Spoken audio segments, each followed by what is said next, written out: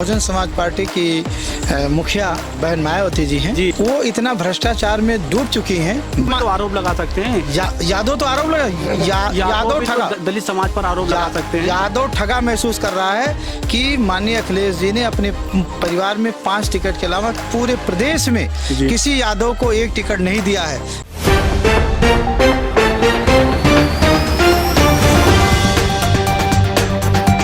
नमस्कार साथियों, आज हम हैं कुशीनगर की हाटा विधानसभा क्षेत्र में और आज हमारे साथ ही बहुत ही परिचित व्यक्ति हैं जिनको एक बहुत बड़ी जिम्मेदारी इस उत्तर प्रदेश की मिली है।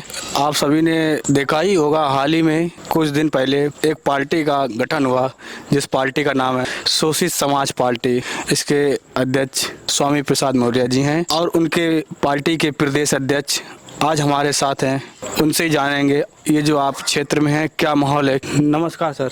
नमस्कार, धन्यवाद। इस क्षेत्र में आप घूम रहे हैं अध्यक्ष जी, क्या माहौल है जनता में, क्या संदेश मिल रहा है आपको? देखिए, ये जन जन तक पहुंच गया है हाँ कि मोदी की जो चाल है अच्छा संविधान को नष्ट करने की जी, मनवादी मनुस्मृति लागे, ये गांव-गांव का बच्चा महिलाएं बूढ़े बुजुर्ग सब जान गए हैं। इनको पटकनी देने के लिए उनके बीच में जो संदेश था माननीय स्वामी प्रसाद मौर्य जी का चल गया है। आज राष्ट्रीय शोषित समाज पार्टी के लिए हमारे वाकई में जो सामाजिक चिंतक हैं, चाहे ओवैसी जी हैं, चाहे चंद्रशेखर रावण जी हैं, पल्लवी पटेल हैं, डॉक्टर अयूब अंसारी जी, अभी हमारे प्रत्येक विधानसभाओं में कुशीनगर की 5 विधानसभाओं में उनकी जनसभाएं हुई हैं और जो जनता ने उनको सम्मान दिया है और ये संकल्प लिया है कि हम कुशीनगर 65 लोकसभा क्षेत्र से माननीय स्वामी प्रसाद मौर्य जी को भारी मतों से जय जिता करके सदन में पहुंचाने का काम करेंगे। अध्यक्ष जी, एक आपसे हमारा प्रश्न है, क्या ये जो कुशीनगर लोकसभा 65 सीट है, क्या एक सीट से जीतने से क्या मंत्री जी के नेतृत्व में जो स्वामी जी हैं उनसे संविधान बच रहा है? देखिए, ये आप समझिए कि पूरे प्रदेश में नहीं पूरे देश में एक मुहिम चलाई है माननीय स्वामी प्रसाद मौर्य जी। 22 फरवरी 2024 को उन्होंने नारा दिया, भाजपा हटाओ संविधान बचाओ, भाजपा हटाओ आरक्षण बचाओ, भाजपा हटाओ देश बचाओ। इस करके उसको मल्टीप्लाई किया है। हर जगह भारतीय जनता पार्टी की जो है ऐसी तैसी हो गई है। जब 4 जून को जब रिजल्ट आएगा सबको पता चल जाएगा कि स्वामी प्रसाद मौर्य की वाणी में कितनी ताकत है। जो लोग नहीं जान रहे थे, जो शंके में थे, वहां तक ये बात पहुंचाने में कामयाबी मिली है कि 400 पार के पीछे भारतीय जनता पार्टी का जो काला चरित्र था उसको माननीय स्वामी प्रसाद मौर्य जी ने उजागर किया। ये बताइए, स्वामी जी को ही जनता यहाँ कुशीनगर की क्यों चुनी? माननीय स्वामी प्रसाद मौर्य जी यहाँ से पहले भी चुनाव लड़े हैं, 3 बार विधायक रहे हैं, पडरौना से लड़े हैं, लेकिन वो विधायक के साथ साथ मंत्री भी रहे हैं। और उन्होंने पूरे जिले में पूरे प्रदेश में जिस भी जो है विभाग में रहे, चाहे पंचायती राज में रहे हों, चाहे श्रम एवं जो रोजगार में रहे हों, किसी भी विभाग में रहे, उस लाभों से किसी को उन्होंने किसी क्षेत्र को भेदभाव नहीं किया है।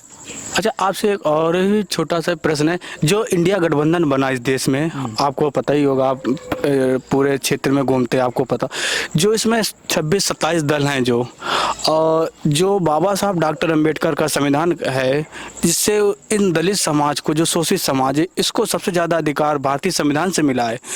लेकिन उस संविधान से जब लाभ मिला है तो उस संविधान वाले बचाने वाले गठबंधन में ये दलित समाज की जो पार्टियों के मुख्य नेता हैं वो उसमें हिस्सा पार्टिसिपेट क्यों नहीं कर रहे हैं? क्या ये बाबा साहब को मंचों से मानते हैं या फिर दिल से भी मानते हैं? देखिए, इसमें जैसे इस 543 में 131 सांसद ST/SC के होते हैं जी। जब वो गुलाम प्रवृत्ति के ही उनको चुन करके वो साजिशन उनको करते हैं।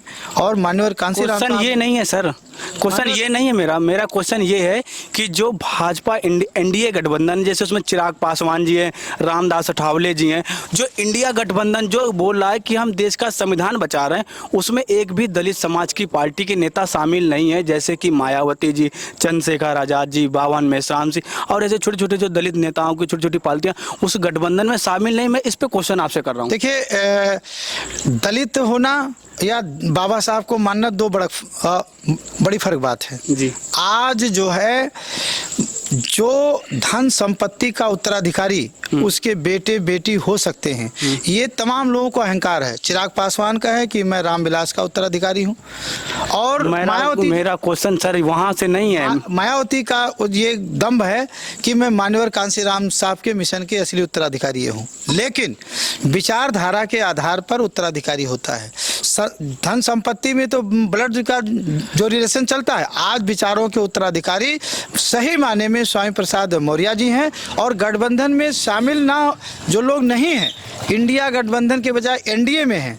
आपका कहना है एनडीए में है, एनडीए मतलब नेशनल डेमोक्रेटिक अलायंस जी, जो बीजेपी का है, वो चंद लोग हैं जो अपने स्वार्थ में, चाहे अनुप्रिया पटेल हो, चाहे ओम प्रकाश राजभर हो। सर जी, मेरा कहने का मतलब यही है कि वो अपने स्वार्थ में वहां पर जुड़े हैं। बिल्कुल। लेकिन जो आज वर्तमान में जैसे चंद्रशेखर आजाद जी, मायावती जी ये बोलते हैं कि हम बाबा साहब का मिशन चला रहे हैं, और जो इंडिया गठबंधन बना है, इंडिया उस गठबंधन के नेता राहुल जी, अखिलेश जी, प्रियंका जी, तेजस्वी जी और केजरीवाल जी, एमके स्टालिन साहब, उद्धव ठाकरे जी, ये जो बोल रहे हैं कि हम संविधान को बचा रहे हैं, और इस गठबंधन में जो दलित नेता की पार्टियां जो मुख्य नेतृत्व करते हैं वो इसमें एक भी क्यों नहीं है? मेरा क्वेश्चन ये है। देखिए, जिसको आपका इशारा साफ साफ इशारा बहुजन समाज पार्टी की मुखिया हाँ।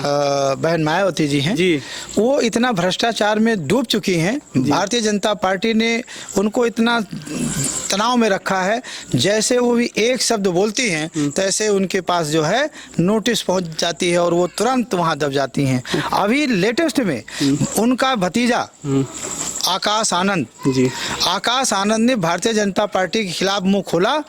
तुरंत जो है भारतीय जनता पार्टी ने जो है मायावती पर तुरंत डांट लगाई और मायावती घुटने के बल आ गई। तुरंत उसको कहा कि ये अभी राजनीतिक योग्य नहीं है और उसके सारे अधिकार छीन लिए। इससे बड़ा क्या सबूत चाहिए? अभी आपके जो कुशीनगर लोकसभा क्षेत्र में माननीय स्वामी जी को किस किस पार्टी ने आपको सहयोग दिया? अभी हमारे यहाँ पर जो है असदुद्दीन ओवैसी का जो IIM पार्टी है, पीस पार्टी के डॉक्टर अयूब हैं और चंद्रशेखर आजाद हैं, पल्लवी पटेल, यानी जो उनका इंडिया गठबंधन से भी ज्यादा ताकतवर बन गया है, जिसको PDM कहा गया, पिछड़ा दलित और मुस्लिम, ये गठबंधन बन गया है। इसका मतलब ये समझा कि देश में ये तीसरा फ्रंट है। हाँ, तीसरा फ्रंट तो बना है। अगर ये त्रिकोणीय लड़ाई होगी तो इसमें तो बीजेपी सॉफ्ट तरीके से निकल जा रही है। ऐसा नहीं है।